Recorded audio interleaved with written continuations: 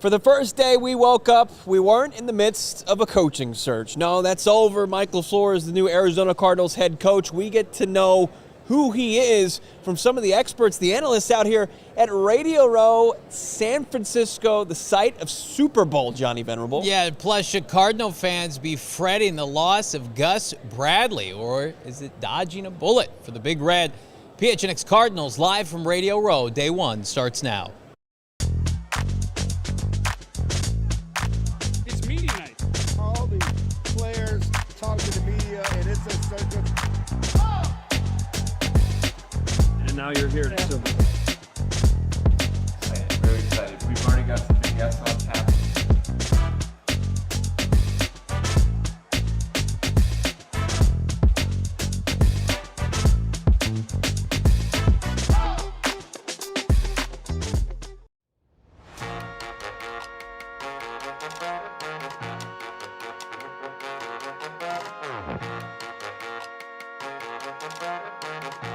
Hey, welcome in. We're live from Radio Row, the side of Super Bowl. I don't know what Super Bowl this is. This is PHNX Cardinals Podcast, your premier #1 Arizona Cardinal podcast. Like and subscribe. Leave us a 5-star wherever you get your programming. I'm Johnny Venerable. That's Brack. Noah Man behind the mic. We got the whole team here. ALLCITY holding it down. We're going to be live Monday through Friday. We're back to our regular showtime tomorrow. Today, though, we're fresh out of Arizona, into Santa Clara, into San Francisco, the side of the Super Bowl boat. Yeah, we hopped on a bird and we made our way west to the side of the Super Bowl, and we're going to enjoy it. Of course, this coverage is brought to you by our friends over at Circle K. Download the Circle K app today and join the Inner Circle for free. Start enjoying the benefits of those rewards, like how about saving on gas, or of course in America's Thirst Shop, and also PHNX Cardinals episode brought to you by our friends over at Bet365. Download the Bet365 app today. Use the code PHNX365. When you deposit $10, you bet $5. You can win $150 in bonus bets, win or lose, Johnny. People are upset about my live. I apologize, but It was bad. Just going to have to suck it up this week. There are people around us. I'm trying to be professional. I don't want to lose my credential. You guys are very right, and you're just giving him a nice shove to not be such a shy guy out here. I'm not a shy guy. I'm a big boy. I got my big boy pants on. I'm here to do a show with my good friends, or I thought my good friends. This is supposed to be a day of healing and new beginnings, and we're starting it off on And you're bad ruining terms. it. Yeah, that's You've ruined fair it for enough. us. That's fine. Maybe we restart the show. No, we're not doing that. We're powering through. Hit the like. I'm already pissed off about Gus Bradley. We're going to get to that. The Arizona Cardinals, for the first time in 27 days, wake up this morning, Monday, February 2nd, with a head coach in Mike LaFleur. And news broke earlier today by, I think, the flagship radio station that Mike, and this is something we all assumed, he's going to call his own plays in the desert. And I think that that's a perfect kind of encapsulation of Mike doing it his way, following his instructions, his agenda, and I'm fired up because at the end of the day, Bo, that's what we want. The way the Cardinals do things does not work.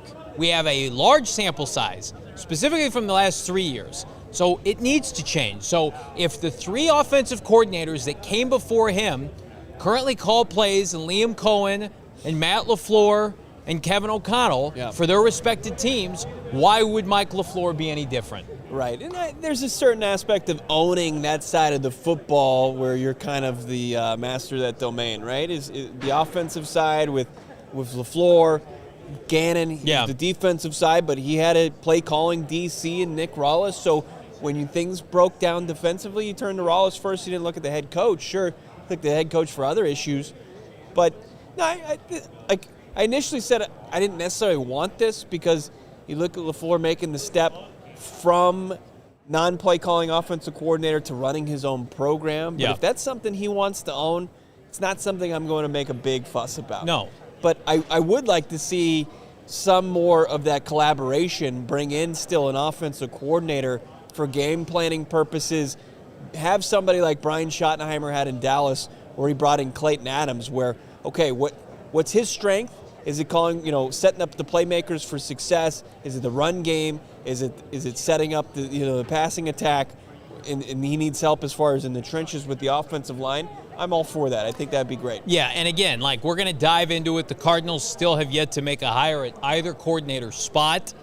But I just think right now, with the way that the kind of dust is settling, it just feels like the better options are going to be on that offensive side. Yeah. Like, I like who's still available from a faux coordinator standpoint. We talked about Dave Ragone, who's still available, right? There could be news that just broke before our show that he's eyeing a special teams coach with experience. Has not been very good. Sure. And then on the defensive side, like, what does it mean for Nick Rallis? We're going to talk about all that, but I just think at the end of the day, it's like this was very much a byproduct of waiting, a byproduct of taking, the entire month of January. And so now you're catching back up, but you at least have one box checked.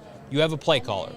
Like, you know that your head coach can come in, hopefully he can lead, but like the general consensus, not to knock on defensive guys, because I do think right circumstances, defensive head coaches can have a lot of success. Yeah. We've got, an example here in the Super Bowl. But I also do feel like, we've been here for 6 hours, and the general consensus of everybody we've spoken with has been, if you're a team that's struggling and needs an identity, the quickest way back to relevancy is going with an offensive coach who's a play caller. And so I know a lot of us have PTSD as it relates to like how Cliff's time ended with the franchise. Yeah. But I mean, like, the good times were fleeting, but they did have good times. They did go back to the postseason. Can you find a better version of that? Can you find the NFL version of that? Well, I think they think they did as it relates to the LA Rams and their coaching tree. And as we mentioned, 3 for 3 with OCs becoming head coaches who all, by the way, call their own set of plays. So yeah. I'm excited that is in play. Obviously, we're going to wait for Mike to confirm it. By the way, as you reported, Bo, on your Twitter account, Mike LaFleur is set to interview with the local press. We will not be there tomorrow noon in Tempe, where I'm sure he will confirm that he is, in fact, calling plays. Yeah, and that's like step one, I think, of this hire. Yeah. You find out what his role is going to be. Is he going to be a master delegator? Is he going to be a play caller? He's going to take on both of those roles. And he's going to try to incorporate a lot of things that made McVay successful in Los Angeles and a lot of his predecessors successful as they ventured off into their own head coaching spots like KOC and Liam Cohen, where we've seen success in both those spots. Playoff wins, nearly a playoff win for Cohen in the Jags this past season, 13 wins in the regular season out of nowhere. So, look, I'm not going to argue against it. I kind of like it, right? Yeah. As it's become more of a reality. If he can handle the responsibility Right. of both. And that was always the biggest question. It's like, when you went with Jonathan Gannon, it was, obviously you want every coach to be a leader of men. Right. But that's what it was. It was, we're pivoting off of Cliff because we feel like wasn't able to lead at the end of the day. They leaned too much on Vance Joseph. So they went the opposite approach. The NFL is very cyclical in this sense. You go with a defensive bravado coach where Gannon was a leader of men, although it, had flaws down the stretch. And now you pivot back to the offensive guy. But again, I just think that the pipeline is what's so important. And you've got somebody who comes with a glowing recommendation from everywhere he's been, even his time with the Jets, as we've seen reported by many people. I don't know. I think given the circumstances, I'm going to continue to bang this drum. This was the best course of action they can take. If you're hiring a coach in 2026, have it be on the offensive side, and then have it be from the McVay-Shanahan tree. Yeah, and like the more I kind of read about it and kind of saw the different things coming from Connor Hughes, who covered him at the Jets, a couple different other fun things, like a play he created, it was called Cocaine. It just sounds insane. Yeah, I'm into that. You've got, any quarterback that wasn't named Zach Wilson, the Jets were operating in a top 5 clip. It's just like, okay, color me more intrigued as far as his play calling capabilities, because I think anybody named Robert Saleh or anybody that's called East Rutherford home as a coach, they haven't been given a fair shake as far as the NFL goes. But we also know that Arizona right now is unfortunately in that category. So is he going to be able to help himself dig out of that category, out of that sandbox? And that's so important here, but it still remains so paramount what he does with the rest of the staff. But look, step one, this hire is just over 24 hours old. This is a good step in the right direction. Now, the other thing that happened today, as far as the DC they were immediately We're gonna tied get into to. that. Yeah, we'll get into it. I want to give a shout out. Kyle Haley gifted 5 PHNX Sports go, memberships. Kyle. Thank you so much, Kyle. You're such a big part of what we do here. Thank you, Kyle. We appreciate you. And then Ranger kicking us off, $10 super chat. Thank you so much, Ranger. Another big part of this community. So it only took Johnny to go off on the team to get them hiring a coach. How come you didn't do this sooner, Johnny? Laugh out loud. I feel like, I mean, we like to be positive. We've made that point time and time again. And the time for positivity was over. And, you know, it was difficult to be critical of Jonathan Gannon because you knew his intent. You knew where I thought things were trending. But at the end of the day, like, the Cardinals made a decision that is hard to argue. Right. In pivoting off of JG after 14 of 15 losses. And then this coaching search, I had a lot of optimism and promise for. And then it started. And then every new day was like a gut punch. Yeah. And so we got to the finish line here, and you thought you got some light at the end of the tunnel with Mike LaFleur's interview at the beginning of last week. I don't think I'll ever get over the scars that were them waiting 5 additional days and the charade that was the Kubiak interview. We're asking people here on Radio Row, like, what was their mindset going into that? We don't really have a general consensus, but thankfully it worked out. Yeah, it did work out. And the thing that can continue to ease that is Michael LaFleur settling in and building this staff without, you know, being given the thanks but no thanks, and becoming a bridesmaid in his own right throughout this process. That would be a tough look for the Cardinals' first-year head coach. Like, you want a veteran presence on it. You've asked for maybe some former players to maybe pepper in to the coaching staff as well. But really what I think you want to avoid is being said thanks but no thanks, right? Yeah. I don't know if this fan base can endure so much more of that. Well, they just took another one today, but was it a blessing in disguise? We're talking Gus Bradley around the corner. PHNX Cardinals is live from the Super Bowl. Stick with us. Of course, stick with our friends Bet365 for the big game. I'm going to tell you right now, if you've been hesitant to get on the gambling scene with Bet365 or anybody else, there's plenty of time to get started ahead of the biggest game of the year on this Super Bowl, this Sunday. We're going to talk a little Bet365, whatever the moment. It's never ordinary. Bet365 has 90 million users worldwide. It's not just the big game. Again, this upcoming weekend, they also stream 780,000 events each year. They've got the early payout offers, NBA, NHL. They've pioneered live in-game betting. They've got the widest range of games and markets available in live betting across 78 sports. And again, don't look too far. We got MLB spring training right around the corner with Bet365 early payout offer.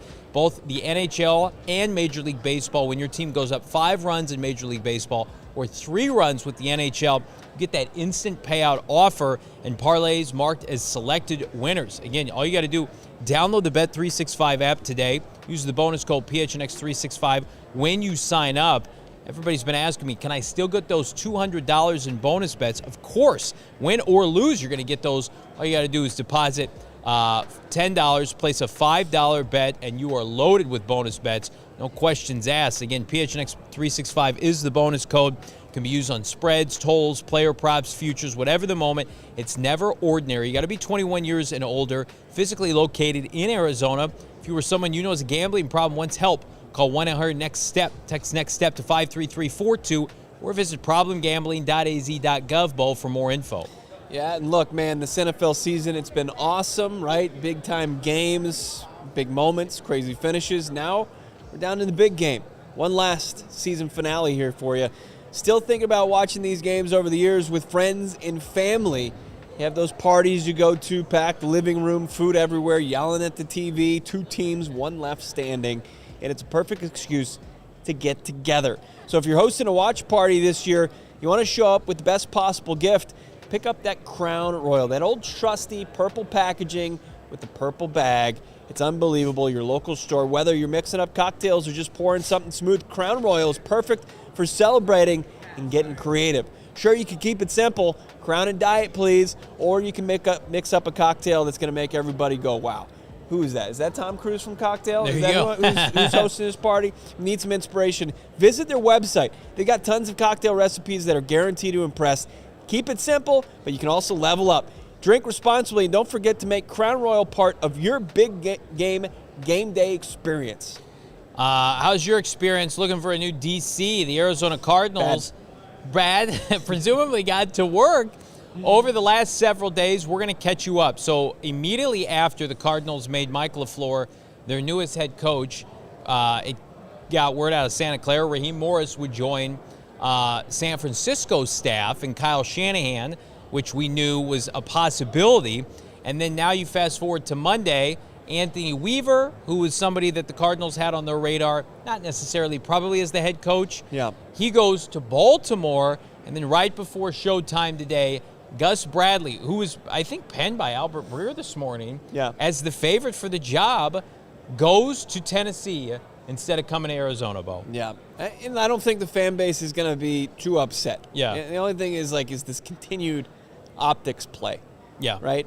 And, to continue to have to hold the bouquet, carry the dress, and be the bridesmaid sucks. It's like, hey, we just had a victory. Can we just enjoy it for 24 hours? It's like, no, you can't. Get back to standing next to the bride. Yes. But Gus Bradley was one that it was an option that materialized yesterday from Breer and other reports. I think Fowler was over it as well.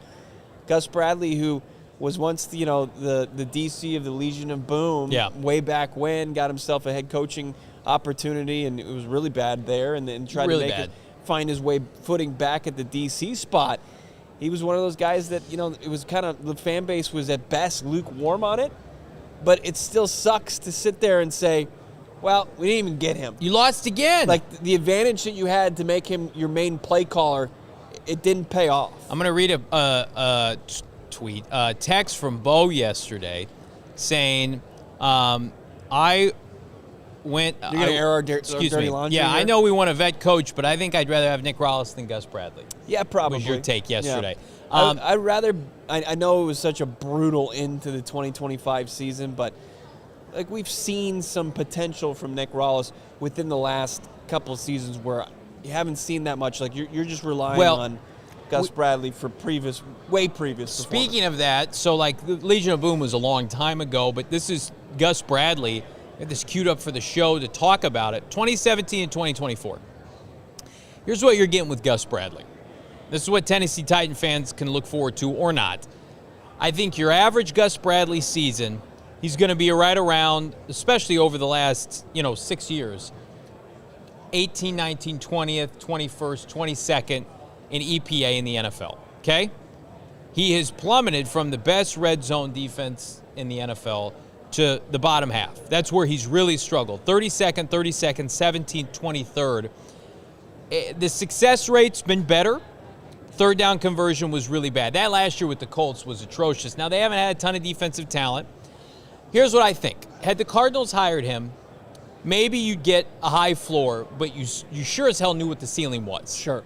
But my pushback to that, and why I would have been fine with it, is that you're going with an offensive coach. So typically, when you get a guy like this, you're just looking for him to do the VJ thing. Mm-hmm. It's to compliment. Now, he has not been great for a while.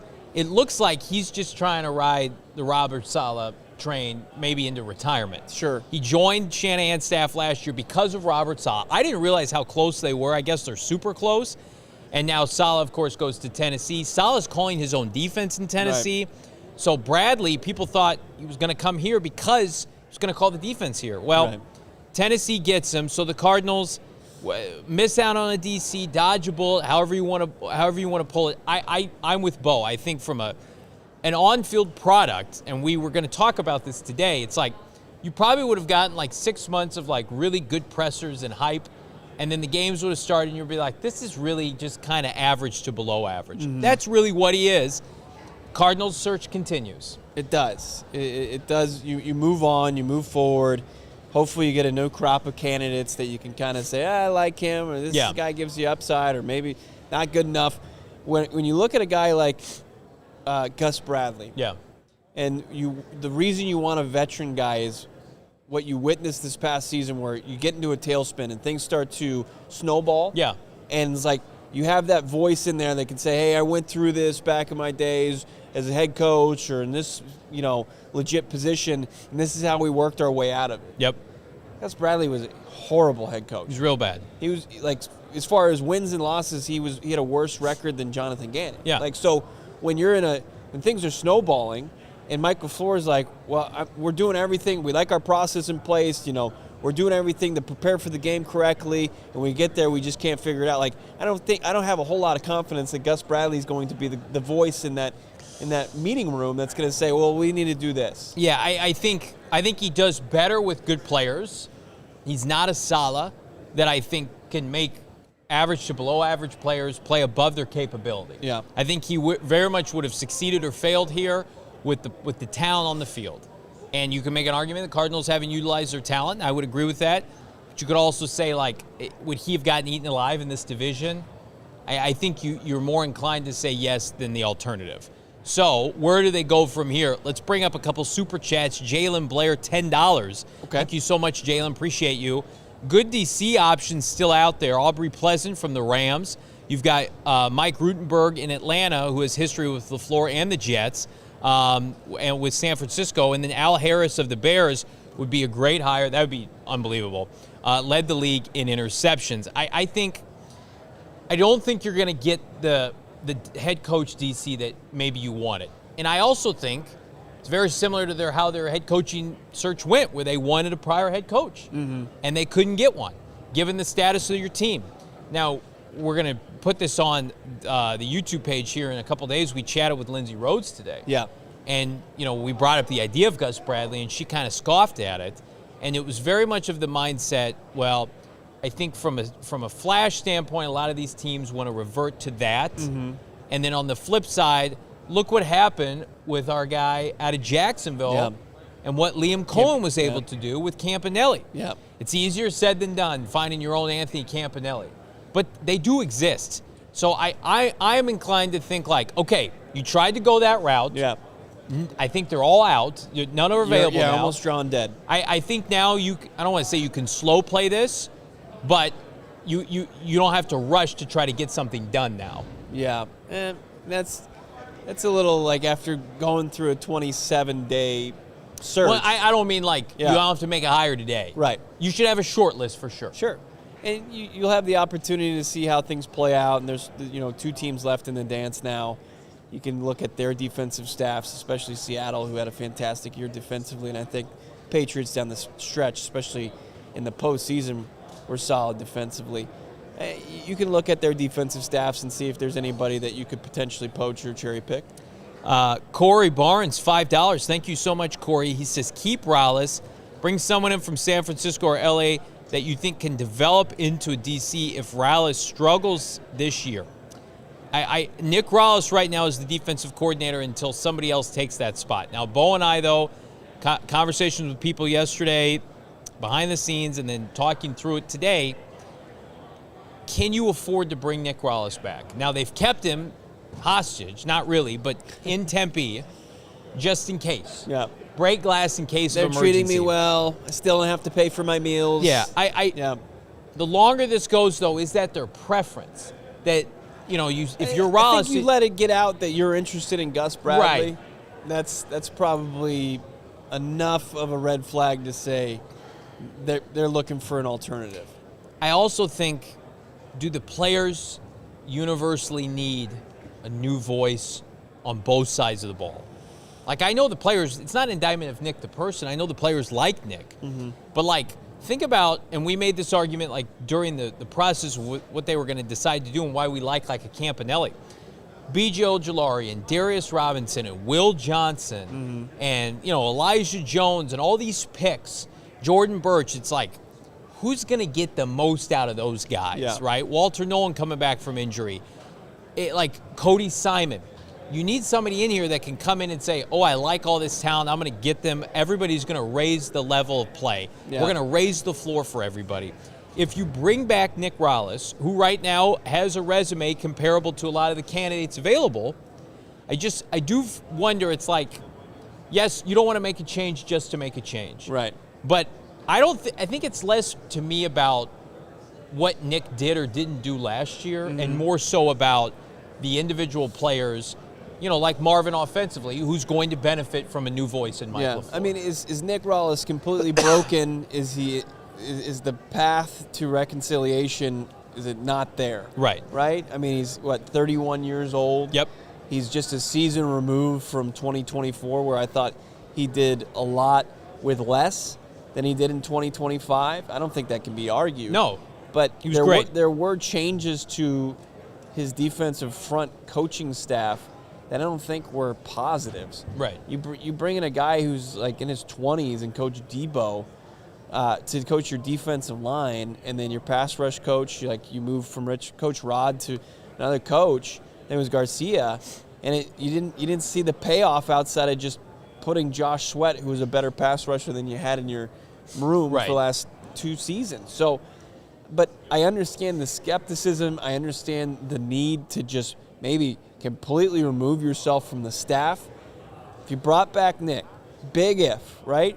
But it'd have to have the caveat of, you've got this young DC, this play caller, you got to set him up with some veteran coaches on your staff. Yeah, it's a great point. That has to happen on the defensive line and the pass rush room. Ozzy's saying in the chat, and I agree with him, there's just so much DNA from the prior regime by keeping him. Yeah. I mean, putting you, under the gun here, does Nick stay, yes or no? I don't think he does. You get the sense that he would? No, I thought initially if they had hired a certain defensive head coach, I think you would have kept Nick on. I think Nick would have worked well with Campanelli. I think Nick would have worked well with Vance Joseph or somebody like that. Yeah. I think they would have been much more accommodating. Not that I was pushing for those candidates necessarily. I just think now it's like, can we make the argument like this is the second most important hire on the team? Right. And this is somebody you want Mike to be leaning on. This is somebody that needs to have that experience for a first-time head coach, only calling plays for the second time of his career, presumably.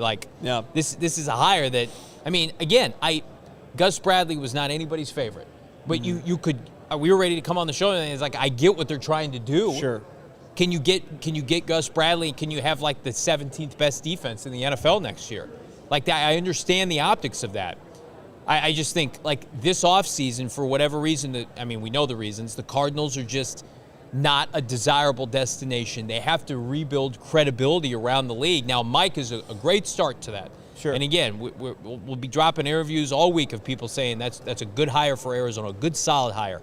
But now it's what we were concerned about with this delay is fleshing out the rest of the staff.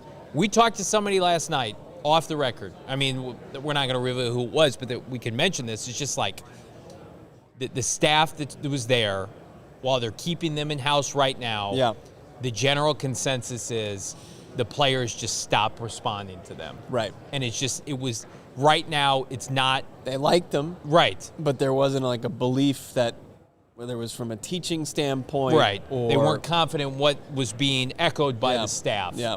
And that's impossible to come back from in certain instances. That is.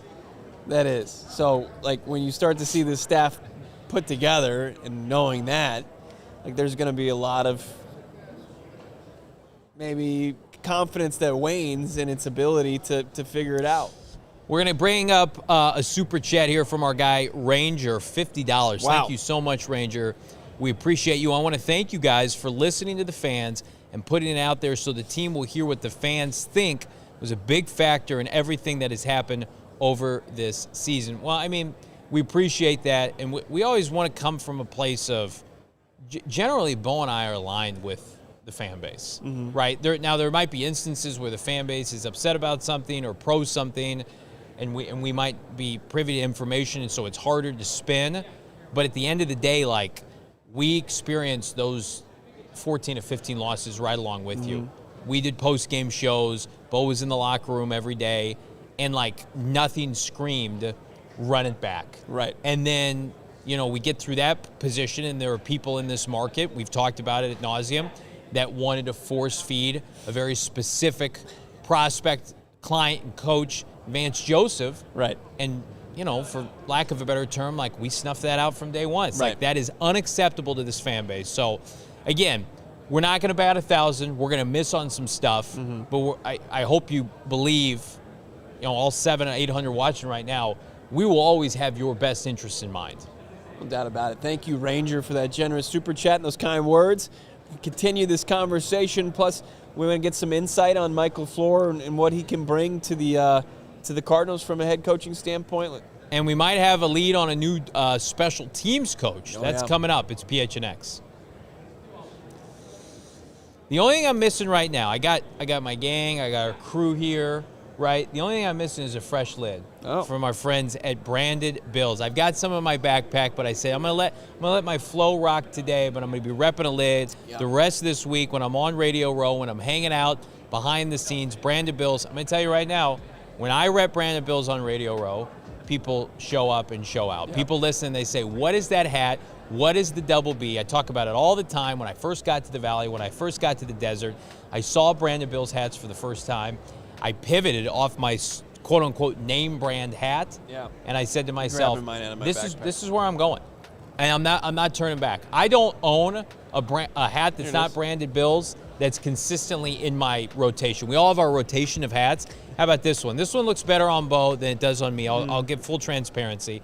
Bo reps it well, the PHNX lid hat, the gray one. You can, of course, pick that up at the ALLCITY locker right now. If you don't know what Branded Bills is, they're the hat, the lid, to make you stand apart from the crowd. Branded Bills has you covered with the best custom headwear, whether it's snapbacks, truckers, fitted beanies. They've got you covered with 40 partnerships, including ASU, U of A as a part of their campus collection. They're also rep Phoenix Suns. Ever heard of them? Locally owned and operated out of Mesa, Arizona. We're going to hook you up right now. If you're thinking, I want to get my first Branded Bills hat, how about 15% off your first order? BBPHNX, that's BBPHNX. Head to brandedbills.com. Use that bonus code. Tell them Johnny and Bo sent you. I'm going to make it simple for you guys. If you drive, you need to download the Upside app today because it's going to be cash back in your account.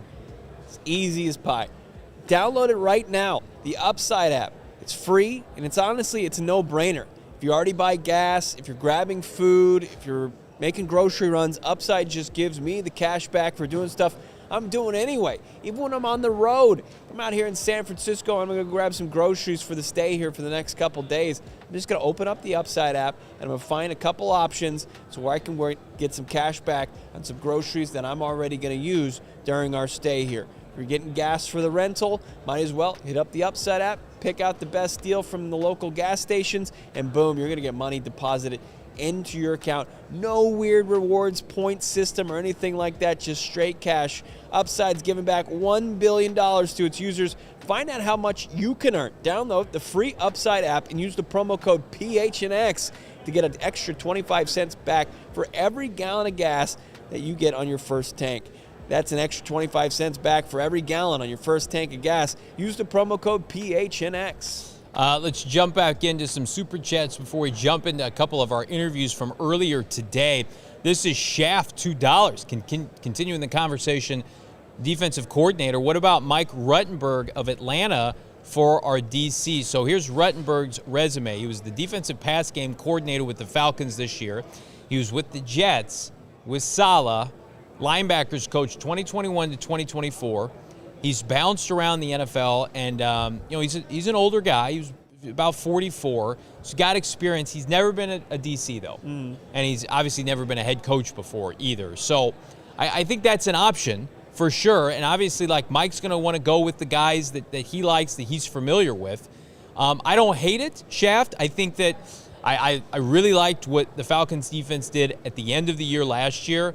But, I mean, is that enough, Bo, experience to come in here and give you what you need alongside a very green head coach? That's fair enough experience, right? Okay. I mean, you're coming off a guy that was getting his first play calling opportunity after being a linebackers coach. He was in his late 20s. So anything compared to that's going to look a little bit aged, right? Less green. Yeah. But when I hear something like Al Harris, that kind of piques my interest. Is he ready to call plays? You'd have to inquire, but like you and I talked about it today, it's like if they go with another inexperienced coordinator, you just need to litter the staff with every position unit with ex-players, former players that have played the game, and hopefully they can tap into that, because I think that was the one area where Gannon's staff really struggled. Outside of experience, like, players respond to other players. I mean, like, you're telling me Al Harris didn't have an impact on that Bears defense? I mean, like, if he's ready to take that jump and go outside the box, you might be buying a year early on somebody like that. Yeah, and I think you mentioned Lindsey's point that you can see that video on demand here later this week. Make sure you subscribe to PHNX Sports. Is, sometimes like the upside on those retreads, the devil you know versus the devil you don't know. Can you get somebody in that has more upside? Can you catch lightning in a bottle? And I'm not saying like Campanile style where you're going to be top 5 immediately, but you have to make a pretty drastic jump from the bottom of the league that you've just been dwelling in the last couple seasons. And it just feels like with Nick Rallis, like that would be a tough sell right now. Yeah. Sean, $4.99, with the report coming out from Bo's buddy Gambo on MILF calling plays, do you expect them to hire an OC? Yeah, they'll have an offensive coordinator. Like Gus Bradley's going to Tennessee, and he's the DC, but he's not calling plays there. That's why I think like Dave Ragone, who didn't call plays with the Falcons, with Arthur Smith, I think that would be a logical step for him. Yeah. He's already been passed up by Shieldhouse. Bring him here, reunite him with LaFleur. Mm-hmm. I think that, to me, it's like get that done. Get that locked in. Yeah. Get some positive press. Now, maybe Mike's got somebody else in mind that he wants to develop, but I mean, like, Dave, to me, I know Gannon was high on him. He's in his 40s. He's got experience. Yeah. That's the kind of hire where, like, Sean, at the end of the day, like, yes, Mike's going to call plays, but this is a guy who's worked with Stafford the last couple of years. It's been this past year, Stafford was the MVP of the league probably. So I just more purging of the Rams staff, I think, would be a good thing. Roger Goodell officially announcing next season's international game in Mexico City. Both the San Francisco and 49ers and Arizona Cardinals are rumored to be the designated home team in this game. Yes, we've heard rumblings about that. Got some DMs earlier today. Be a nice option for a team that we don't assume is going to get very many nationally televised games. Mm-hmm. So keep things going here on the DC discussion. Shaft saying $2. I'm sure I'll be pleasant is in consideration as well. I mean, like, wouldn't it be unbelievable? You get Aubrey Pleasant, you come be your DC, who, by the way, I mean, he's got experience on the Rams staff dating back to 2017. He's coached cornerbacks. He's with the Lions for a little bit. He's been with the Rams the majority of his time. You just take Pleasant on the defensive side, elevate him, and you take Ragone. Yeah. And you just say, like, we're going to just try to gut Sean McVay's staff. We're going to do our best. Now, listen, like, are these guys littered with, like, coordinator experience? No, but I think it's like very similar to a head coaching search. Mm-hmm. This is the sandbox that they have to play in now. Doesn't mean it's the wrong one. It's just the one that's presented. Sure, yeah. I think you look at some of the most recent like defensive turnarounds. You look at what happened in New Orleans. I think they had a lot of success, not with ton of talent down there. You look at Matt Burke and D'Amico Ryans down in Houston. Look at the success that they had. He was a first-time DC. Yeah. See if there's anybody on that staff that is kind of the straw behind, that stirs the drink behind the scenes. Yep. Is there somebody who's a position coach that's a budding play caller that isn't going to be just complete like, hey, let's just throw this guy to the wolves. And it's too much too early, I should say. Dana Ballnor, $10. Thank you so much. Said, not sure what happened in my first super chat. We'll have to take a look at that. We'll put Noah on that, Dana. Anyhow, for those that keep suggesting former Cardinal players, coaching is a different skill set. Yep. Requires many thankless hours. Take a specific mindset. Yeah, I mean, these guys are sickos in the best possible way. Mm-hmm. I mean, they live at the facility. Obviously, you heard about Kwesi from Minnesota being, chastised for doing 2 weeks of paternity leave. Like, these guys are just built different. It's a situation right now where they don't have enough time off. And, yeah, for players, like I know a lot of people, suggest, hey, Larry can come coach wide receivers. Like, I just think at the end of the day, you can get ex-players that have aspirations to be coaches without courting them first. Yeah. Let's take a look at this. $4.99 from Stillo's mom. If LaFleur told Monty he wants to keep Kyler Murray, how does that situation work out? Well, then I think they would keep Kyler Murray.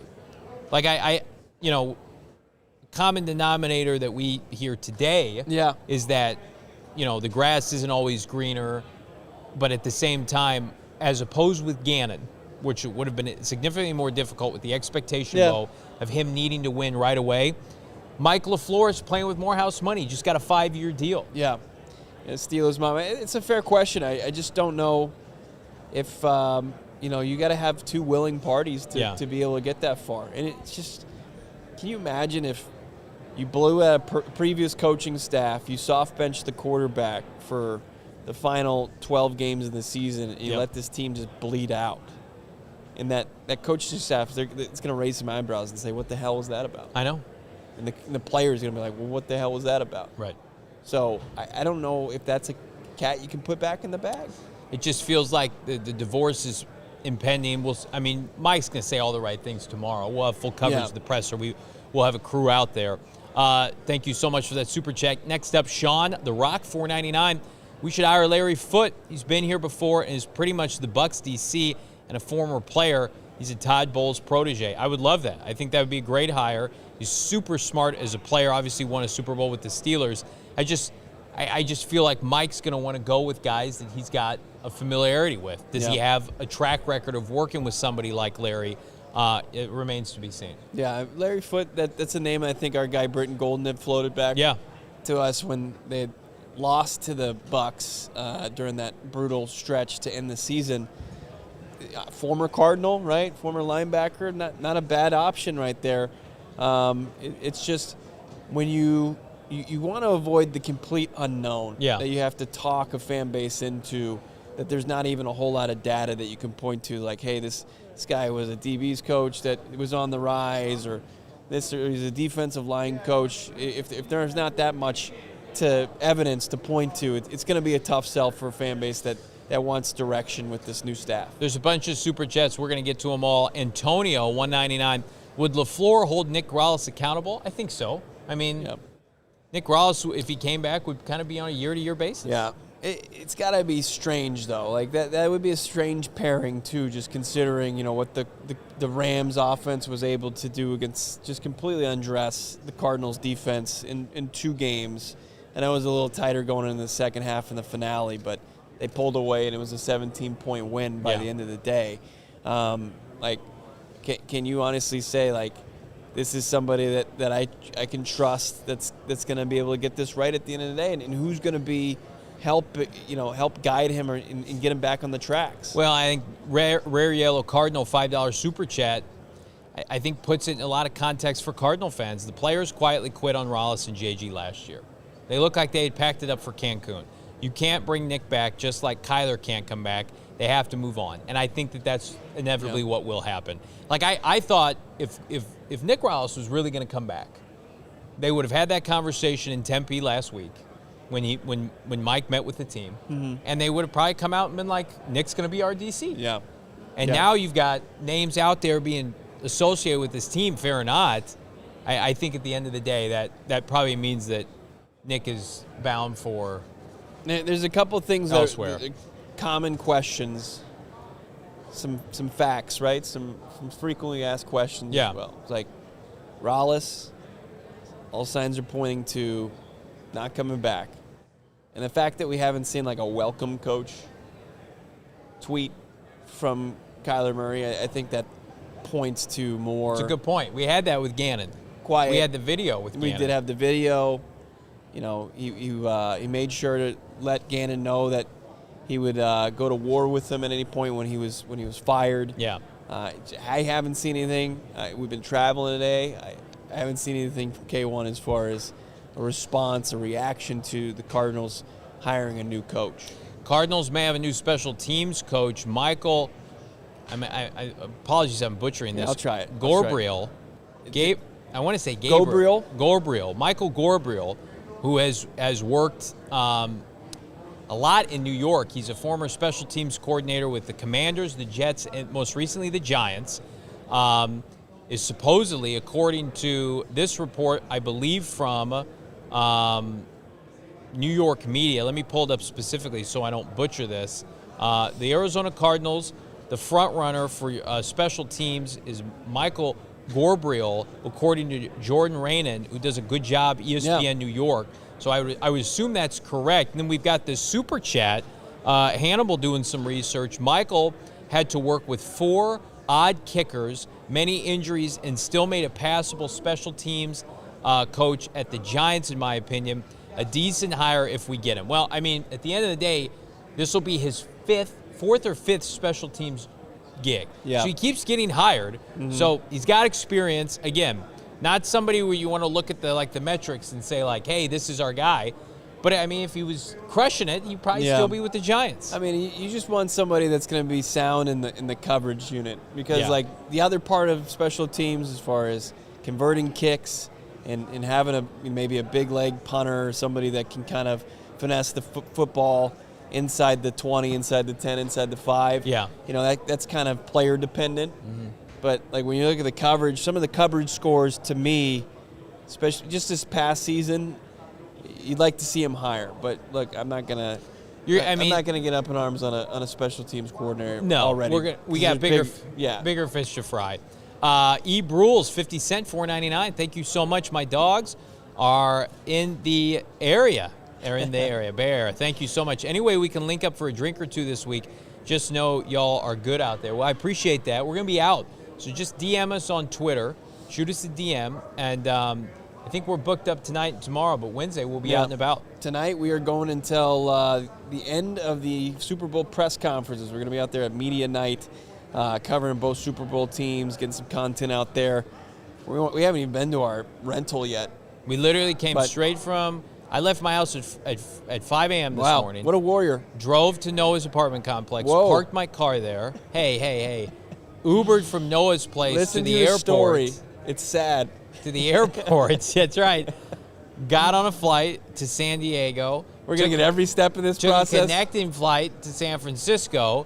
Got my stuff. Had a snack on the flight. Changed at the airport. Okay. Came right here. Okay, we get it. And got to work. Yeah, you did. Congratulations. Way to go. No, I don't want that. I don't want that fist pound. Unbelievable. This guy right here, man. Michael Bidwill, if that's the first hire, it's not exactly the one that's going to get Dave. We're Going on the phone. What are we doing here? Here's what we're doing. We're taking our last break. We got interviews and super chats around the corner, including our guys from the Check the Mic podcast, Sam, Monson, and Steve. Absolutely crushing it. And hit that like button for PHNX. We're right back after this. Speaking of crushing it, how about the husband and wife law team? You know, when I always tell the stories of like, who can I tell are like fixtures of the Valley when I can just drive on like the 347 or, you know, whatever interstate, and I'm like... I-10? Yeah, the I-10, the go-to. Kind of a big one. 347 was my go-to for a long time. I mean, which one were you just plugging away down at 4 in the morning? You have to remember that. That's so true. I can't even remember. I blacked out. The 101? But I was getting at the husband and wife law team, they're everywhere because they're number one.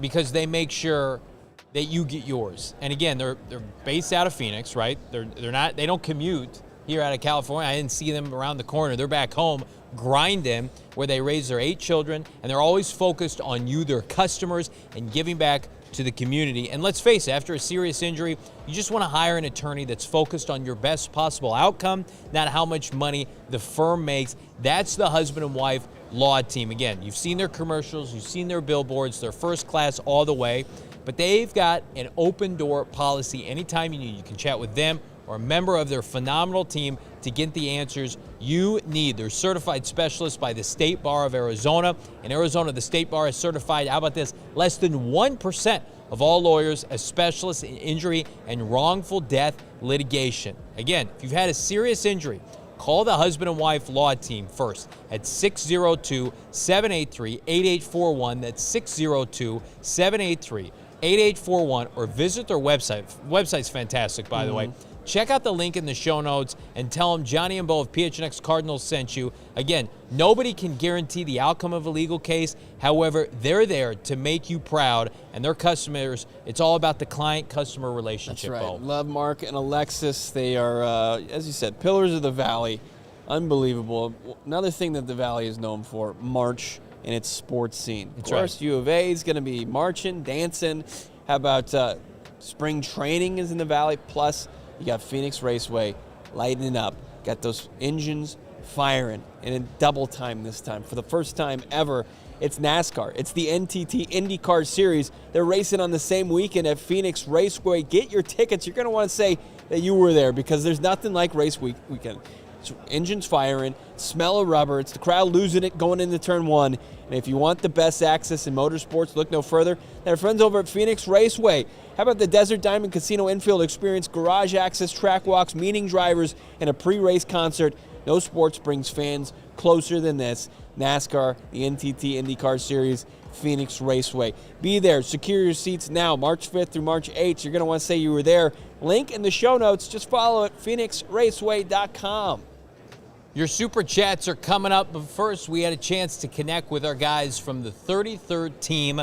Check the Mike podcast, Sam and Steve, about hot button topics facing the Cardinals. Here, check out the interview.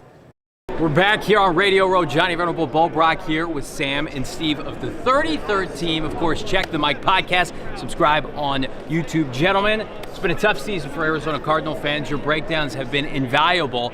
Just your overall assessment of what went wrong this year. I mean, I think pretty much everything went wrong this year. I think that's kind of the problem. It's strange because we really liked them as a team coming into the year as, you know, a well-coached unit that was just lacking in talent. And then they added a ton of talent in the offseason. You're kind of looking at it on paper going, this team could actually make some noise. They finally added some talent to this coaching. And then half the talent got hurt, half the talent didn't perform, and the coaching wasn't able to make up for it for the first time. Yeah, it felt like the next year in the rebuild, right? After the Kyler injury season in 23, they got a little bit better in 24. This was the year that they finally had some defensive talent in particular, where I thought a lot of Gannon's defenses overachieved, right? Like they weren't great from a talent perspective, but they hung in a lot of games, and they just lost the second half of the year, just lost all of that. So I think they just lost a lot of the momentum that they had as far as rebuilding goes these last 3 years. Yeah, you thought that it was going to be kind of the put that in the rearview mirror, that the rebuild was you were over that, and then you see a 3-14 season. Now the Arizona Cardinals were forced to move off of Jonathan Gannon in a sense. Not enough wins there. So they go through this coaching search. 10 openings end up coming, and then the last one to fill it. It felt like the losses just kept on coming for the team. Even in the coaching search, you guys kind of have a similar feeling? Yeah, I mean, the Browns were there too. Yeah. There was a lot of... Not great company. Yeah, I mean, it was a strange year, both in college and NFL, right? There was a lot of just coaching turnover across all of college, all of the NFL. And so you saw the Browns scrambling, the Cardinals scrambling a little bit, but there's been pretty good success getting friends of Sean McVay into the building historically. What's your assessment of that hiring, Sam? They've gone 3 for 3 as ex-OCs, having success at the NFL level. That's obvious what the Cardinals are trying to tap into. Yeah, and look, you know, there's a reason that all these guys keep getting hired from Sean McVay's coaching staff. It's always difficult to know from the outside whether a coaching hire is going to be good or not, because it's not just the scheme you're bringing with you. It's not just the X's and O's. It's like being a head coach is 5-6 different jobs all rolled into one, most of which happens behind the scenes, and you never get a glimpse of it before they get into that job for real. So, you know, on paper, he's a guy that's been talked about for a long time as someone that would be a future head coach. Obviously, his brother has been one, and one of the most successful ones for a few years. So it makes sense, but we're not going to know until we get to see it. Next thing to accomplish is the Kyler Murray situation. It looks like finally this is going to head towards divorce, in some sense, trade or cut. Where do you think the Cardinals could turn potentially a quarterback? So I think Malik Willis as a free agent was intriguing for a couple teams. It's a tough year to need a quarterback with one solidified first rounder. We'll see what the league really thinks of Ty Simpson maybe as another first rounder. But with LaFleur in there, the fact that Matt LaFleur had so much success with Malik Willis in Green Bay, maybe got him back on track as a toolsy mid-round quarterback who just looked unprepared to play in Tennessee. And then every time he was given the opportunity in Green Bay, as a backup and then as a spot starter, was very good. Accuracy, arm strength has always been there, running ability has been there, and he just put it all together in a very small sample size. And this is like old school NFL, 10, 15 years ago. You'd had a guy put 2 or 3 games together. It's like trade a first rounder for him, trade a second rounder for him. I don't think we're at that point necessarily, but we're at this point of scarcity where Willis probably makes a lot of money, but the fit with Mike LaFleur might make a lot of sense. Sam, I'll pose the question to you. What's the best fit for Kyler Murray this offseason? I don't know. It's tough to see, because Kyler Murray's thing is he's an incredibly talented quarterback, you know, athletically gifted. He's got a great arm. His high end is special, but clearly he needs an offense tailored to him, and that might have a limit to it. It might have a ceiling to how good it can be. I don't know how many coaches want to get into that. You know, how many coaches have seen what has happened already and gone, I know what the system needs to look like for this guy to be a superstar. Maybe there's a team or two desperate enough at the quarterback position that they're willing to just roll the dice that they can make it happen, but it's not that easy to find too many of those teams. Like Pittsburgh obviously needs a quarterback, maybe Minnesota, given what happened with J.J. McCarthy. I just don't know how many of those teams are going to want to jump into the Kyler Murray thing. Yeah, would he be fired up to play for the Jets? Maybe he doesn't have a no trade clause. We appreciate it. Subscribe, check the mics now. Of course, 33rd team, Sam and Steve here at the Super Bowl. Check Mike's podcast. Checking in on Mike LaFleur there. Sam and Steve, they do great work. Check that out. Subscribe to their YouTube channel. Give them a like for their efforts here on Radio Row. It's fantastic insight. More fantastic insight on the new Cardinals head coach, Mike LaFleur. We turn to our guy, Robert Mays. Chatted with him out here in San Francisco. What's the football world think about the Arizona Cardinals hire of Mike LaFleur? We go to the Athletic Football Show, Robert Mays. Robert, what do you think? Mike LaFleur, Matt's brother, he's coming to the desert. I like it a lot. And I was honestly surprised over the last couple cycles that he wasn't garnering more interest. You think about the fact that everybody wants a little piece of the Sean McVay tree, and his offensive coordinator wasn't getting a ton of interviews, which didn't make a ton of sense to me. I was always asking, why isn't Mike LaFleur at the top of a lot of these lists? And I never really got a good answer. And so the fact that he has been such an integral part in them shaping that offense and honestly reshaping it over the last couple of years, and I'm sure there are going to be people who look at the Jets' tenure and aren't overly excited by that, easily explained why that did not go well. Yeah. And so I think there's a lot of justifiable enthusiasm about what he could do down there. Do you think he would fit with a Kyler Murray? You know, we've been told, they're probably going to move off of him this offseason, but you look at the elements involved, not a lot of quarterbacks are going to be available. Is it in his best interest to maybe hang on for another year with Kyler Murray? I think my goal as an organization, would probably be to start over with some sort of clean slate. Obviously, the way that the draft fell this year, they're drafting higher than they want to be for a long time. There are no quarterbacks in this draft, and so you kind of have to push it to next year. But I think there's value in just saying, we're going to go with a stopgap veteran option and just make sure that we're clearing the decks as much as possible. So I think seeing what you can get for Kyler in a year where there aren't a lot of quarterbacks available feels worthwhile to me. We talked about reshaping that McVay offense, and it feels like he's a guy that can make do with anything. He's like the NFL's Iron Man. You put him in a cave, he's going to come out of there with a Super Age suit. But what did he absolutely add to that Rams offense? We talk about the pre-snap motion. We talk about the personnel usage, more 12, more 13. We saw that with Petzing, but we didn't see that really taken advantage of with the Cardinals. How do you think LaFleur can use that now? He's going to be the primary play caller in AZ. I think there are a lot of very fun kind of iterations of the Sean McVay offense.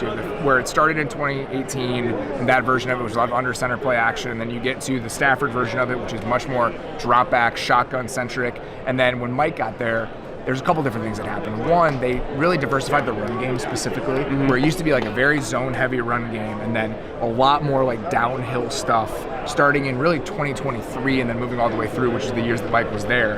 And then I think now you're coming all the way back to the play-action stuff. So they led the league in play-action rate in 2018. They were bottom 5 in 2021 then when they won the Super Bowl, and then they led the league again this year. And so I think that's what's so cool about that offensive system and that offensive universe is that it always is changing, and they're always trying to evolve it. And so having somebody that is there and has been there on the cutting edge, figuring out, okay, how can we stay one small step ahead, not only of where defenses are, but where the league is going overall, trying to mine that for ideas as much as you can feels worthwhile to me.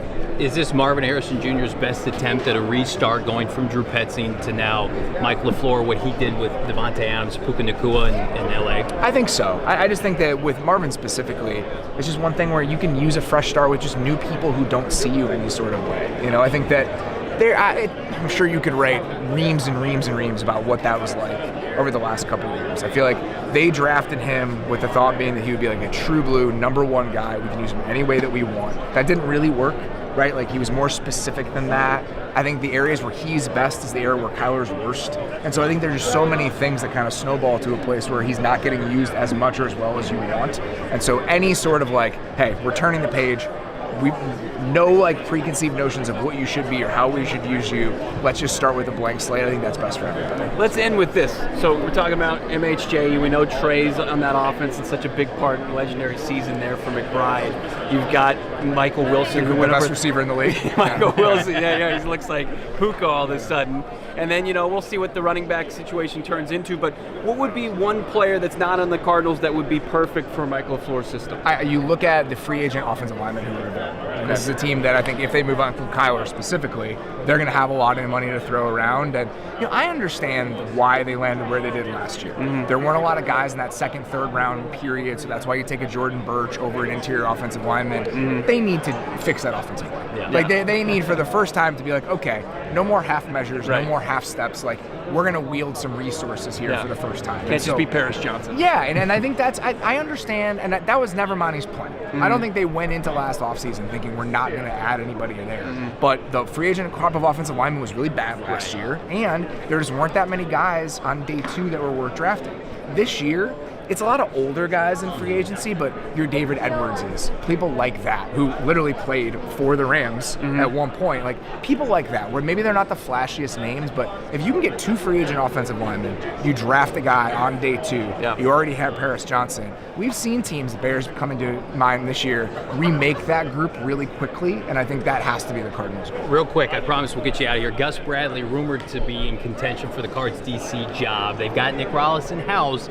Is that about as good as they can do as a Gus Bradley, given the options available? You run the risk going this late in the hiring cycle. My issue with that is just that I think that we have so much evidence that this idea of we're going to go for the high floor former defensive head coach is never as safe as you want it to be. Like, perfect example, this last cycle. The Cowboys go with Matt Eberflus because Brian Schottenheimer's a first-time head coach, and they have the worst defense in the league. Like, on the other side of it, you look at what the Jags did specifically, where Liam Cohen and talking to people there during training camp, I think they had that same thought of, okay, do we go with somebody who has done this job before, that feels a little bit safer, and lets Liam really handle the offensive side of the ball? They didn't do that. They went with Cam Neely, who was a first-time defensive coordinator. They had a top 5 defense. And so this idea that you need stability and experience in that spot with a first-time head coach, I understand the appeal to that. I also think that there is less safety to a move like that than we ascribe there to be. Riffing about LaFleur, their guy Robert Mays. Follow his work, of course, the Athletic Football Show. Thanks, Robert. Of course. How about that? Get you fired up. Little Robert Mays. Yeah, that was recorded a little bit earlier. That was before the Gus Bradley information dropped. We are aware. He's a Titan. He didn't want to. He ran away from play calling. Yes. So I'm gonna Scared. I'm gonna go underneath the big arms of Robert Saleh, and he's gonna protect me with his play calling, and I'm just gonna ride off into retirement. Hey, I like what he said about the trend, and we've talked about of just like, if I'm hiring a head coach, 2026, the quickest way to get back to relevancy is going with an offensive play caller. He made a lot of great points. Yeah. I mean, the fact that he was so in on the idea of LaFleur getting more opportunities, more interviews, more run, no doubt about it. I mean, that has to get you a little amped as an Arizona Cardinals fan. Do you think Cardinal fans that were skeptical of this hire thought a lot of people within the NFL landscape thought poorly of Mike because of a stint with the Jets? Because I think the more we dig on that subject, the more that it's coming out that the media, parts of that fan base, and the people we've talked to here are like, yeah, he was pretty much done dirty by that franchise. I mean, like, I'm not comparing people, but like Kyle Shanahan once upon a time got fired from the Browns. Like, was blown out of that staff. Like, there are good coaches in Washington that get fired because of ownership, because of leadership, right? Like, was Mike LaFleur ready to take on a head coaching job when he went to the Jets? No. Is he ready? Job, yeah. Right. Is he now? Well, I just mean in general. Like, was he ready for that responsibility? Is he now? I have no idea. We're going to find out. But I do think that, this is the smart play for this team right now. Given the optics of where they're at, this is the hand that you can play if you're Monti Ossenfort that has the best chance, I really do believe this, at getting you back to winning games quickly. Yeah. Yeah, it does seem like it's the easiest way to expedite it. But, like, a lot has to go right. There's still a ton of heavy lifting that has to be done. Staff-wise, I just love being out here on Radio Row, and there's so many ball knowers. Yeah. Like Robert Mays, who, like, hey, can I get 5 minutes on Mike LaFleur? And he just goes on. Yeah. gives you tremendous insight like that. That interview is going to be available to like all the interviews out here at Radio Row. Thanks to our friends by Circle K for making it possible. Let's dive back into these super chats. How about, is it Dana Ballnower? Yeah, this is her first super chat. We got it, Dana. That's right, Red Feather Workshop. The real question is, how's the Wi-Fi in Santa Clara? It's really good, actually. We're in San Francisco here. That's where the headquarters are. That's where the convention center is for Radio Row. But we're going to be out there at Santa Clara tonight for the Super Bowl opening night. Keeping it going. Jackson. Thank you, Dana. Everyone glad we missed out on Gus, but I was excited to get him.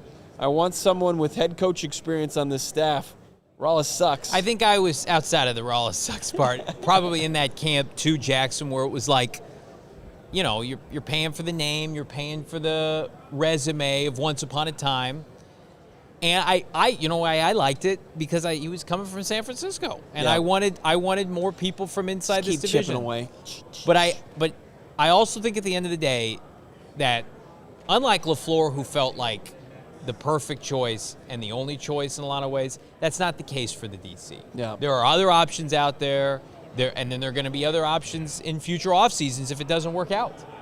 Let's go to Iron Will, $5. Thank you, Will. Any rumors floating if LaFleur wants to keep Kyler Murray or whether Kyler wants to stay after the bad karma with contract, homework clause, memes, all the above? I think you hit the nail on the head. Where was the Kyler Murray, hey, I'm so excited for Coach LaFleur tweet? Yeah. Outside of a couple TikToks and Instagram posts, you know, it's been pretty much radio silence. Yeah. It's been, you know, Cardinals been as mum as possible, just saying the stock responses. We'll see what LaFleur says tomorrow.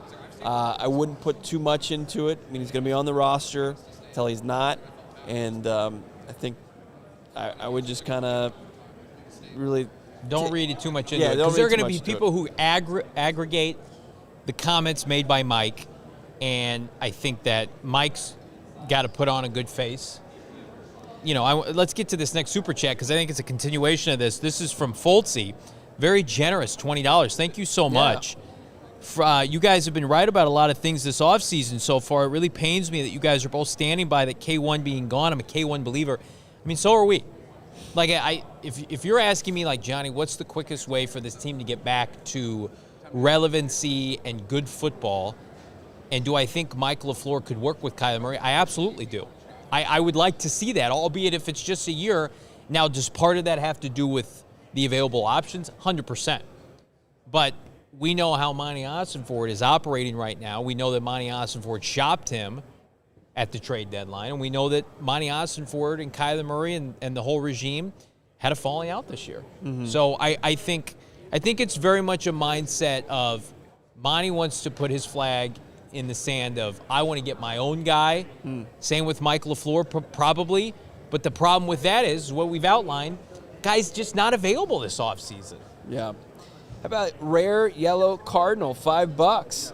No to Rallis. Come on, guys. He was horrible. No one has gotten better under his defense. Are we back to settling? I mean, you're 100% right. Who did they develop? I mean, that was a big problem for JG. Is like 3 years. Did they develop anybody of note on the defensive side? Like Trey McBride was special before that regime. He was special afterwards. You know, Paris has been great since the minute he came to the NFL. There wasn't enough developing. So I'm with you, Rare Yellow Cardinal. Who can develop the talent? I mean, we're just going to keep going back to the Campanelli because that's what worked out. Yeah, the most valuable draft capital that they use on that side of the football, you know, you started with B.J. Ojulari, and then it's Darius Robinson, and it's Max Melton. Like, what can you say about those guys right now? They are in limbo, that's right. For sure. Evan, 199, LaFlame. How about that as a nickname? LaFlame. We're thinking of some nicknames that aren't MILF. So if we run into Mike, that we can pitch him those nicknames. Yeah. Shaft is back. Maybe you might like that one. Well, we'll see. $10. Johnny, make us proud. Don't be afraid to go up to Nate Shieldhouse and ask him if he's coming with Mike to be our OC. Make us proud. Don't be afraid to belt live from Studio Frisca. Bo, help him. I love that. I will. I'll be here. I'll be his support. You can do it. Everybody wanted me in our group to do it. Yeah. nobody would want that around us as people are trying to go live. And you're going to have Pat McAfee yelling from here. You keep bringing that up as an example. Like, we're very different. You're a showman just like he is. Well, that's true. Give yourself credit. But he has his own set. I love our set here. His set is... Well, now you're disrespecting the people that erected this set. How about Jenga Man? What if we hire Tween Rams PGC for OC? I love that you call him Tween. He's staying in LA. He's going to be the new offensive coordinator for the LA Rams. But that nickname's great. Panda with wings, $2. Could Jim Schwartz be an option? All right, let's talk about Jim Schwartz. Okay. We got 1,000 people watching live. I want to have the Jim Schwartz conversation with Bo Brack. All right. There's no ties to Jim. Jim's kind of in purgatory. There are, unlike the offensive coordinator gigs that are available and still available, there aren't that many DC jobs open. Mm-hmm. And if he's hell-bent on not staying in Cleveland, like we kick this around, you'd have to trade for him. What is the going rate, Bo, for a defensive coordinator who is great to come here? I mean, like, if I'm Jim Schwartz, I think I'd be all about that. I think you could even get away with, like, a pick swap. No way. What? I mean, if he's not going to report back, he's already cleared out his office in Cleveland. Has he really? Yeah. That was when they hired Monken.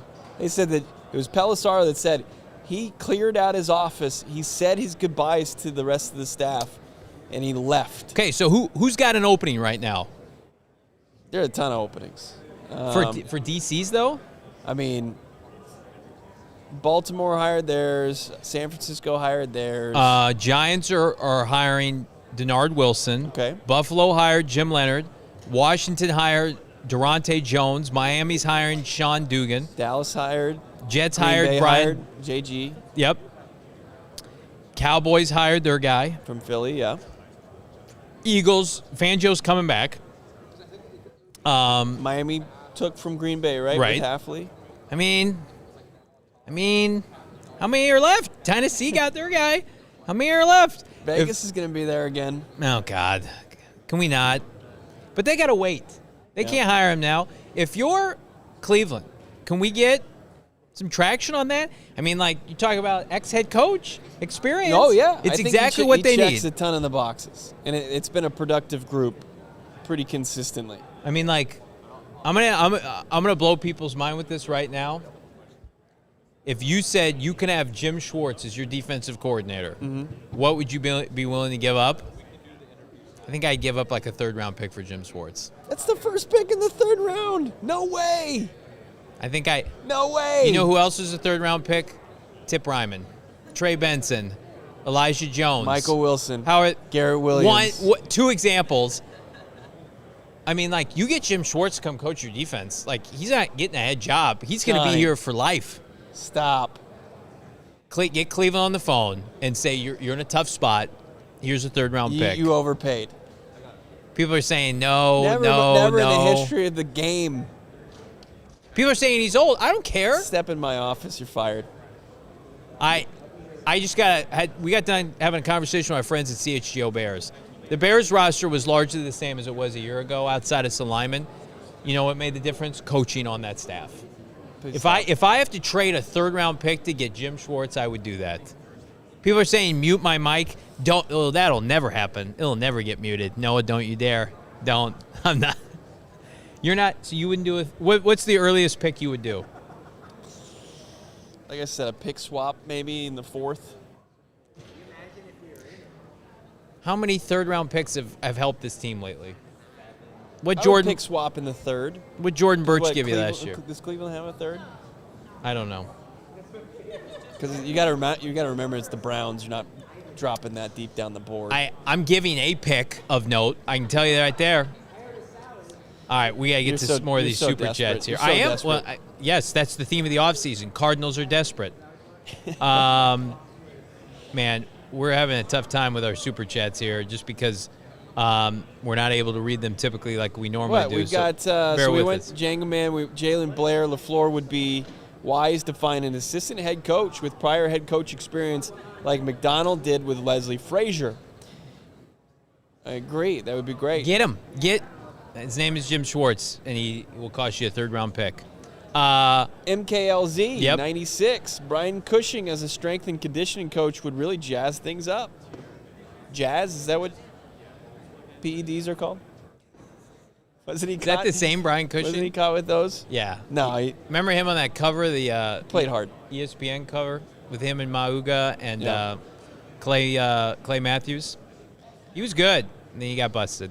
7-7 Far North from New Zealand, $5. You guys are more often than not on the money, so give us your final OC and DC predictions and your wishes.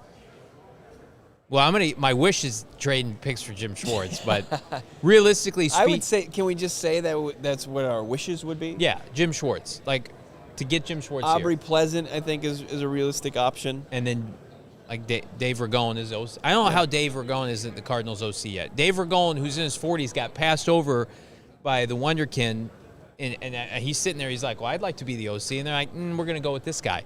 I'd be out of there. Dave, come on. Yeah. How about Brian P.? JV on the Trundle bet again after center seating? No, I will not be on the Trundle bed. I will not be on a cot. There's a bunk bed with my name on it right now. You and Noah, you're going to become best friends. I never get a real bed. It's like, let's just call a spade here. On the Ranger here. No, did you really want to make a point? Shane Diefenbach, who is not on camera, manages to swindle a queen or a king bed. He's in his 20s, in the prime of his youth. And it's like, Shane's like, I need my own bed. It's like, the hell you do? I'm a Bo and I are on air for like 10 hours this week. Yeah. That's fine. We're out here hustling. Where is Shane? I haven't seen him. He left. Probably putting his feet up somewhere. Probably picking out his bed. That's right. Probably what he did. Yep. We're gonna go there, and his things are going to be in the master suite.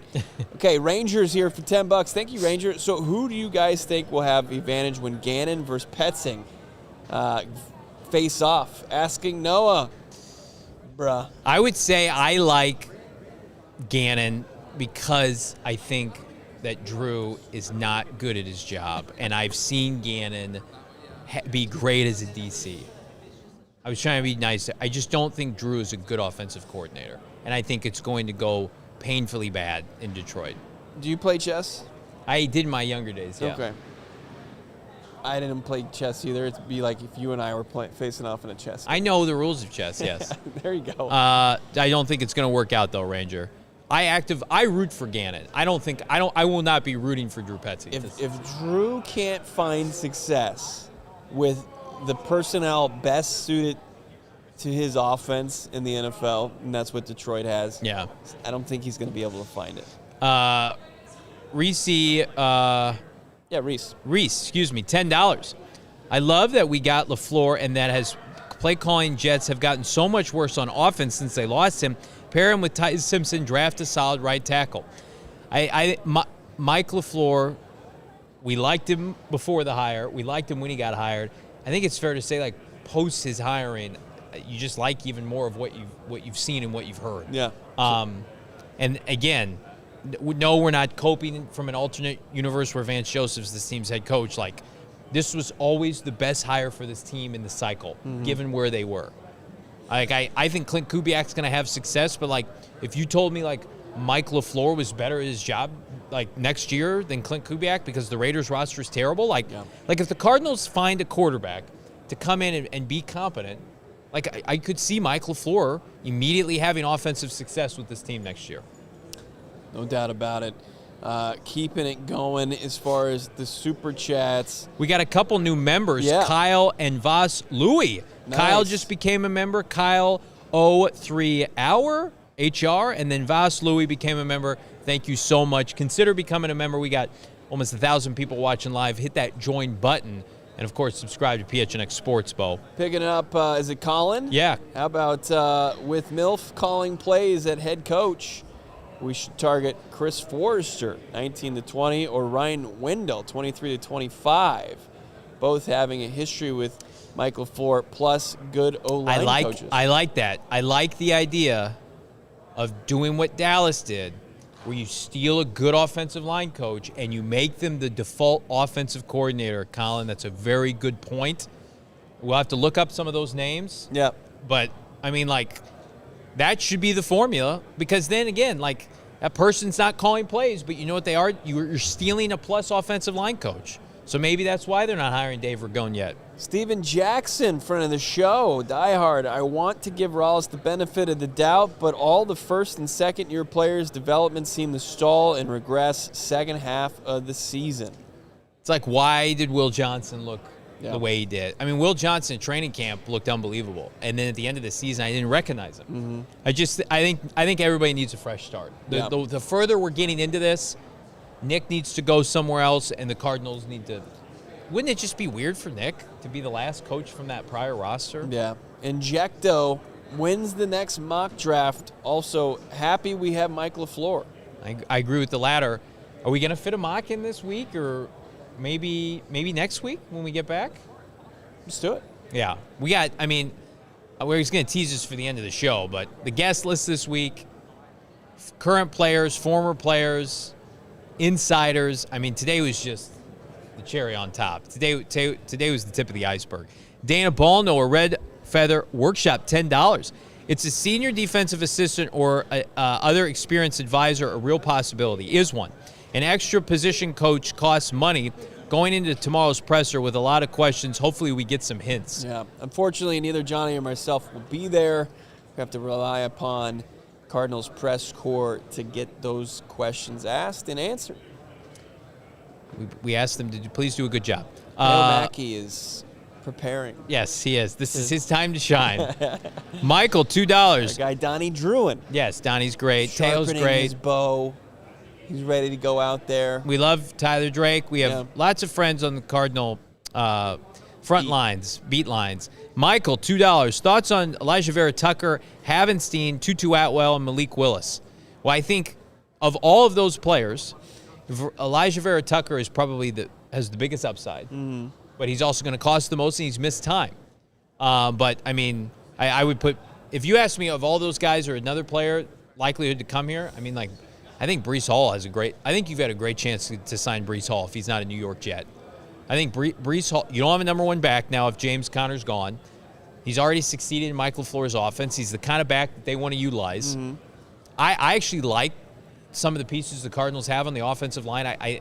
Yes, you want to side and guard in free agency, and of course draft a right tackle, but I think you're close up on offense. I really do. Yeah. I don't mind those names. Let's see. It is Juris. Yeah, there we go. Go ahead. I heard the Titans are finalizing a deal to give us Gus. They're finalizing a deal for Gus Bradley. Yep. Yeah, that broke before the show today. Yep. So we were poised to talk about Gus and the pro. I mean, listen, people are going to scoff at this. We were going to weigh out pros and cons. Like it was not something that either of us were like, "Hey, this is a slam dunk." Yeah. He came with flaws. I think he's a better fit for Tennessee because he's not calling the defense.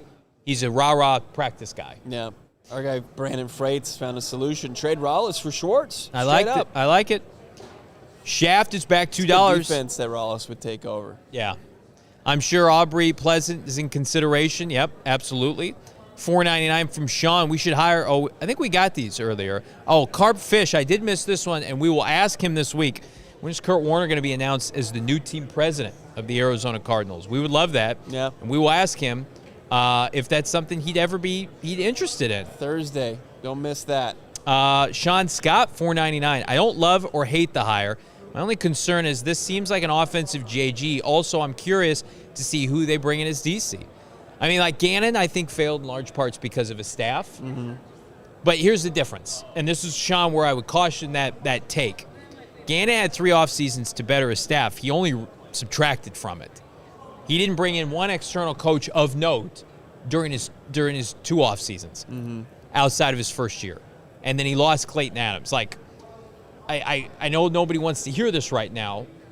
Even if they don't get the DC hire right this offseason, they can always jump back into the pond of many candidates next offseason. Yeah. Whereas I think if you would have hired Campanelli or Vance, the likelihood of a competent play caller coming here, 0. Tough. It's a tougher way to go. PK Fitzgerald, someone in the chat said, LaFa. And I like it. And then do we have Sean Scott? I think I just knocked that one out. Yeah, there we go. 230 likes. Let's get us up over 500. Wow. 950 people watching now. Hit that like button. Subscribe to PHNX Sports. We are roughly 300 subscribers away from 50,000 subscribers. Bo, you want to tease a couple guests for tomorrow? Yeah, tomorrow we're going to be talking to Nate Tice. How about that, from Yahoo Sports? Yep. Known ball knower. How about who else we got coming up on Tuesday? Some other big-time guests. We did mention Kurt Warner. That's going to be coming later in the week. We're going to talk to Kurt, I believe, on Thursday. Some ex-NFL players like Jonathan Stewart, running back, ex-GM Mike Tannenbaum, already on the docket for us. Solomon Wilcots, we'll talk to him. Matt Harmon from Yahoo Sports as we got a name for locked in for Thursday. One Cooper DeJean is going to right. join the show on Thursday. Could have been. We're going to ask him, did the Arizona Cardinals make a call to Coop when he was on the draft board? Cardinals could have drafted him, and they pivoted to Max Melton. So, and I want to remind everybody, ALLCITY's been partnering with Big Brothers Big Sisters all year long, and during Super Bowl week, we want to remind everyone to support youth mentorship nationwide. Again, check them out, BBBS, that's bbbs.org/AllCity. You can donate now. We're going to have some, I believe, some representatives from BBBS on the show later this week. It's a great chance for you to give back with both your time and your money to help change a kid's future. This is the biggest stage in sports, but we fill our big chairs with guests and also your donations to help lead and aid a bigger cause. So fired up for Big Brothers Big Sisters. Fired up for a banner show today on a Football Monday. The content doesn't stop. We've got VODs coming out, Bo, and of course, tonight we're going to be kind of live if you're in the member Discord, and of course following us on Twitter, as we're going to be on the field in Santa Clara, the site of the Super Bowl. We're not. We're actually going to be out there close to the stadium. But we're not going to be in the stadium? No, we're not. Why are we in the stadium? Because I think it's got to be inside. It's like Super Bowl opening night. Excuse me? I was told that we were going to be on the field. No. Running around. No. Wow. That's disappointing. That's incorrect. You were not given proper information. I feel like I was misled. Rangers back $10. Johnny, don't get scared from all the earthquakes out there. I have my jammy jams. I should be safe in my bunk bed tonight in our Airbnb, but that is scary. Thank you for worrying about me. It's TBE if I'll make it back to the show tomorrow, because I'm very upset about the news you just dropped that we're not on the field. We'll overcome this adversity, but what we've learned today, Cardinals missed out on Gus Bradley. Maybe, but, kind of. Yeah, did they really miss out? The Titans building one of the best bald, name-recognizable coaching staffs available. And then they could be in on a special teams coach, formerly of the New York Giants. Say his name one more time. It was, where was it? It's Mike Gobriel.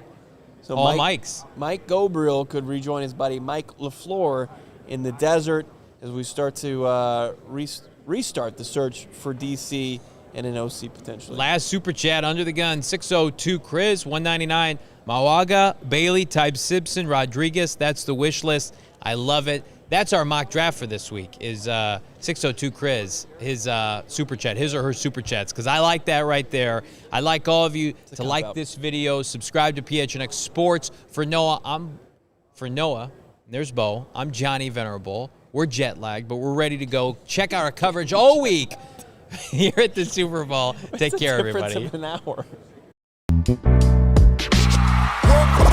We all silly like the mayor.